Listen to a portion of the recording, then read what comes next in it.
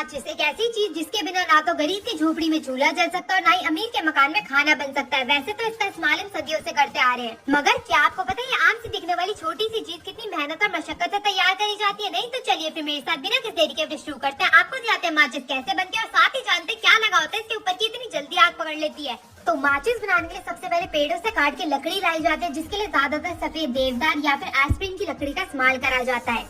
और फिर इन्हें बड़ी सी आरी वाली मशीन से काट काट के छोटे छोटे टुकड़े करके रख लिए जाते हैं। आप यहाँ पे देख सकते हैं, यहाँ पे देवदार की लकड़ी का इस्तेमाल करा जा रहा है, जिसके छोटे छोटे बॉक्स काट काट के रखे जा रहे हैं। लकड़ियों के छोटे छोटे टुकड़े काट लेने के बाद इनकी बारी आती है इनका छिलका उतारने की। तो जितना भी बाहर का छिलका होता है उसे उतार के अलग कर लिया जाता है और जो अंदर की सफेद नई लकड़ी होती है उसका इस्तेमाल करा जाता है। अब एक एक करके इन बॉक्स वाली लकड़ियों को लिया जाएगा और इन्हें डाला जाएगा बड़ी सी रोलर वाली मशीन के अंदर। इस मशीन के द्वारा इनकी पतली पतली लंबी लंबी शीटें करी जाएंगी, मतलब इसे बिल्कुल बढ़िया तरीके से पील कर लिया जाता है। आप यहाँ पे देख सकते हैं पेपर जैसी इसकी शीटें बन के तैयार हो जाती है और एक एक करके इन सारी शीटों को जोड़ के रख लिया जाता है। अब ये जितनी भी पील निकल के तैयार हुई थी, बारी आती है इसको बिल्कुल बारीक काटने के लिए। तो उसके लिए सबसे पहले एक लंबी सी मशीन के बाहर लगा दिया जाता है, आप यहाँ देख सकते हैं। और ये जो बचे कुचे टुकड़े होते हैं ना पहली वाली थान के, उन्हें भी काट के अलग कर लिया जाता है और फिर इसे मशीन में आगे की ओर डाल दिया जाता है।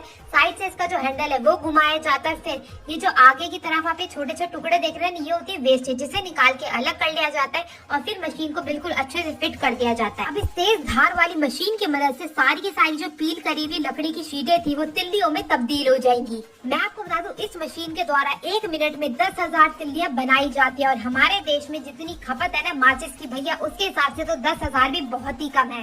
अब जैसे जैसे तिल्लियां निकलती जाएंगी फिर इन्हें धूप में सुखाने के लिए रख दिया जाएगा, क्योंकि यहाँ पे जो लकड़ी होती है ना अंदर की वो थोड़ी सी गीली होती है और यहाँ पे तिल्लियों को जो सुखाना है ना वो बहुत ज्यादा जरूरी है। तो इन्हें पैरों से बिल्कुल बढ़िया तरीके से फैला के ऐसे ही धूप में छोड़ दिया जाएगा 1 दिन के लिए। इसके बाद बारी आ गई स्प्लिट ट्रीटमेंट की, जिसमें बड़े से इंजन में जो खोखली लकड़ी के टुकड़े थे ना उसे डाल के हमारी लकड़ियों को कार्बोनेट करा जाएगा, जिसका मतलब है बिना हवा के उन्हें दोबारा से पकाया जाएगा ताकि जो लकड़ियां है ना वो सॉलिड हो सके।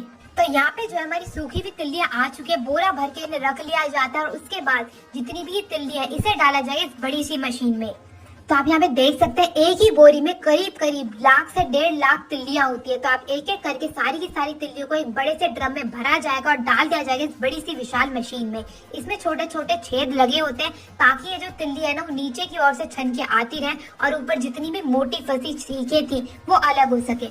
अब ये जाएंगे एक बड़े से रोलर मशीन में। इस मशीन का काम होता है इन्हें सॉलिड करने का, मतलब कि इन्हें ठोस करने का।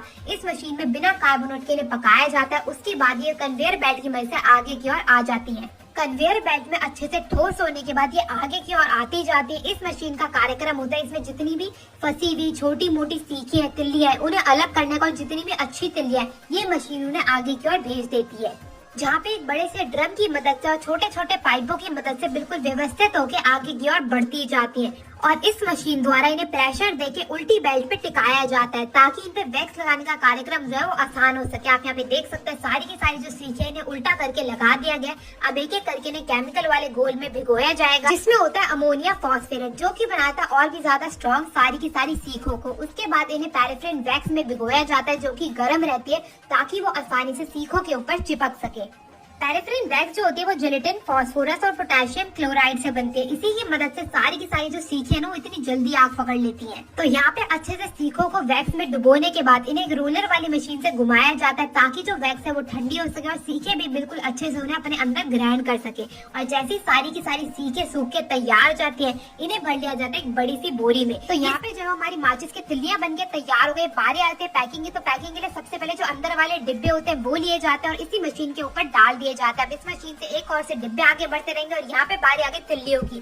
तो तिल्लियों को भी इस मशीन द्वारा ही काउंट करके आगे की ओर भेजा जाता है कन्वेयर बेल्ट की मदद से। तो आप यहाँ पे देख सकते हैं अब एक और से सीखें आती रहेंगी और नीचे की ओर से जो डिब्बी है उसके अंदर सीखें गिरती रहेंगी। और ये बारी आ गई अब आउटर कवरेज की। तो आउटर कवरेज की जो पैकेजिंग होती है उसको भी डाल दिया जाता है। अब एक और से सीखें भरी अंदर की डिब्बी और एक और से जो बाहर वाली डिब्बी है वो आती रहेगी। अब सीख वाली डिब्बी को बाहर वाली डिब्बी के अंदर डाल दिया जाएगा मशीन द्वारा और मशीन द्वारा उन्हें पैक करके जो ये हमारी माचिस की डिब्बियां हैं वो बन के हो जाएंगी बिल्कुल बढ़िया तरीके से तैयार और तैयार हो जाएंगे आपके घरों तक आने के लिए। आपको ये वीडियो कैसी लगी मेरे को जरूर बताइएगा और अगर ये वीडियो पसंद आई हो तो इसको शेयर करना ना भूलें।